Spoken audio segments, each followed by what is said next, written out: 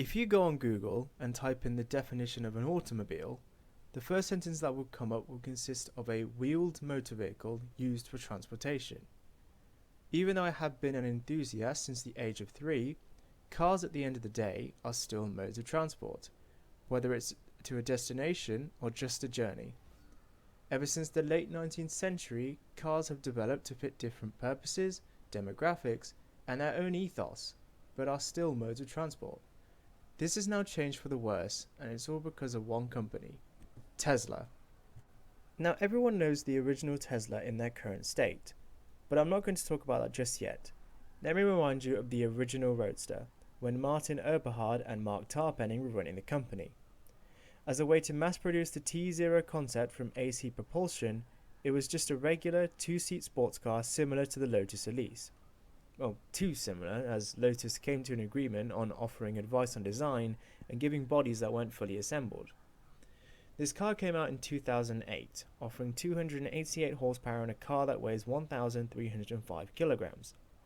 It may be 400 kilograms heavier than the British counterpart, but the power-to-weight ratio was in the ballpark of the Elise models at the time, with 220 horsepower per ton. This Tesla Roadster had a number of positive reviews, with quotes such as, "No longer bringing heart palpitations to car fans." It was a nippy little two-seater that was still a mode of transport, but a mode of transport that had a more efficient power plant. From the debut year of the Roadster to present day, Tesla's CEO is none other than entrepreneur Elon Musk, and I like to think that this is where it goes a bit wonky. In 2012, as I like to call the Patient Zero, the Model S was released. Now, don't get me wrong, I like how the company saw a gap in the market and delivered an all-electric luxury sedan. Pioneering companies like Germany's Big Three only went as far as hybridization at the time. Tesla pulled out all of the stops in terms of innovation, not just with the concept of the word itself, but for outweighing the competition. One stereotypical luxury sedan owner is that they don't drive it themselves, but to relax in the back seat and enjoy the creature comforts while being driven by someone else. Another stereotype is that it can be used as a family car if an SUV is unnecessary. The Tesla Model S can fit both stereotypes with some of its more basic features. Being electric, the batteries and motors can be placed anywhere. Take the T0 that I mentioned earlier as an example. The batteries were mounted on the side of the car. With the Model S, it was taken one step further, and the batteries were placed at the bottom of the car as central as possible. This then became known as the skateboard chassis. The benefit of this is that it freed up space for passengers and the ability to have luggage compartments in the front and the rear. They even went to the extent in offering the option of adding 2 seats in the rear luggage compartment. The benefits do not stop there, however. Having the heaviest part of the car perfectly central allows for great handling capabilities, as it has the lowest polar moment of inertia, which means a big, heavy and long sedan like the Model S can be as nippy as the small, lightweight and agile Roadster. Now we move on to possibly the current halo car for the company. From 2015, the Model X SUV. It's a no-brainer if any company is going to manufacture an SUV in this day and age. Demand for their space and road presence has never been so high. If Tesla wants to really shine, this was the right time to do so. Even though the Model X shares 30% of parts with the Model S sedan, they did not compromise in terms of innovation. Again, the skateboard chassis allows for more space for interior comfort and storage as well as having the lowest possible polar moment of inertia.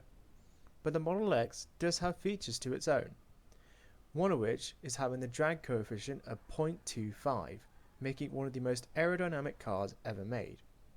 When you think of an SUV, good aerodynamics do not really come to mind, do they? SUVs are genuinely heavy compared to other cars, and having motors and batteries doesn't exactly make it any lighter. So why have the performance and mile range be even more affected with air resistance? Another feature that the Model X has is its inability to roll during a side impact. I guess one could say part of it goes down to the skateboard chassis, which lowers the center of gravity. Another part, it could be from not having a conventional car chassis, but having one part that absorbs all the energy, being the side pillar. Anyhow, the crash test shows surprisingly how much the Model X can do in order to protect the occupants. So, You may be wondering why I have not mentioned the obvious and what is Tesla famous for. Well, that is the elephant in the room that must be addressed. All of the features I have mentioned in their model portfolio still follow the definition of the automobile. Even with all this adaptation and anticipation of the inevitable, it is still a mode of transport. However, at the rate we're going, it's something otherwise. If you haven't caught on, the obvious reason Tesla has the reputation they have now is the sheer amount of technology that is packed into that 17-inch screen right in the middle of the dashboard. A screen that is bigger than the average size of one on the laptop that can control almost every action the car can do. This has caught the eye of many people, especially those of a younger demographic and technology geeks. People are not buying Tesla cars for the fact they are producing zero emissions or a different way of transport in comparison to what is usually on the road. There is no point in buying a mode of transport if it's just for a modern age thing that is already everywhere. We already have mobile phones with unbelievable processing power in the package the size of a hand. We can access what we need on one of those wherever we are. Why would you want to access what you need when you're in the middle of going somewhere? Another elephant in the room that isn't talked about as much is marketing and publicity. CEO Elon Musk is constantly synonymous to the Tesla brand. You hear those two names together faster than you can say hand in hand. As Musk is a big entrepreneur with other ventures such as money transferring service PayPal and revolutionizing space travel with SpaceX, even the simplest of his actions can entice people to buy a Tesla as not a mode of transport. His Twitter page is questionable with some of the stuff he has posted, and some of it is going around the internet. Other marketing issues would be the release of the Cybertruck, an unusual approach to portray the dystopian future setting with the upcoming video game Cyberpunk 2077. I would have skipped past this if it stayed as a concept, but it is now in production with many orders. It is impractically large and has useless features such as bulletproof windows. Now, one can say that all these tech features do good as more and more people are going into electrification by purchasing the Tesla car. I agree with this, but people are buying Teslas solely just for that tech. I once showed a friend of mine the interior of my dream car being the 2020 Aston Martin Vantage, a sports car that costs around £100,000.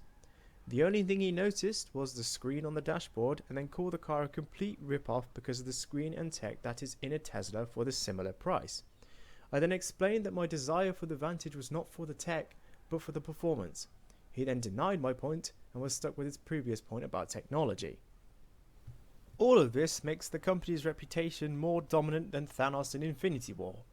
One is more likely to think of Tesla when they think of an electric car, and companies want a slice of that cake more than ever. Mercedes-Benz are now replacing their instrument panels with an entire screen that pans across the dashboard, as well as constantly improving their voice control to end up like the personal assistant on mobile phones. They have also manufactured an electric SUV, which obviously doesn't sound that bad, it sounds quite good. But to keep up with Tesla, they teamed up with influential musician The Weeknd to advertise the car along with one of his new songs.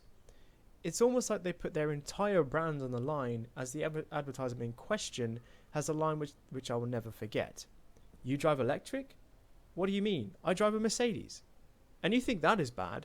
Other competition are even sacrificing more to have even the tiniest bit of that reputation. The biggest example is Ford. Like I said before, that one would think of Tesla when they think of an electric car. Well, with that same philosophy, when one thinks of Ford, they are most likely to think of the Mustang, that stallion of a coupe that went through many iterations and won the hearts of many to this day. The company then used this logic to spawn the Mustang Mach-E electric SUV. Bearing in mind as a car, it has promising expectations, but the name definitely lowers said expectations. A namesake with synonymity that is unmatched. It is understandable why Ford has done such a thing and could be considered as a gamble in a business perspective. But said gamble, it wasn't worth the risk. Ford is not the only company that are doing this. Mercedes competitor Audi are also in the works. Speculations have already risen that the TT name that was once on a coupe will now be on an electric SUV, just like the Mustang. However, I don't think the effect wouldn't be as bad, as the TT may be synonymous to Audi, especially here in the UK, it is not synonymous as the Mustang is to Ford. Also, this new TT will be based on the upcoming VW ID3, which is the Volkswagen Auto Group's first model with their own skateboard chassis. It's not there to just compete with Tesla's skateboard chassis, but also as a retribution act after the Dieselgate scandal. We all know that electrocution is the future for automobiles. They still work as modes of transport from getting to a destination. The only difference is that there is less emissions and therefore less harm to the environment.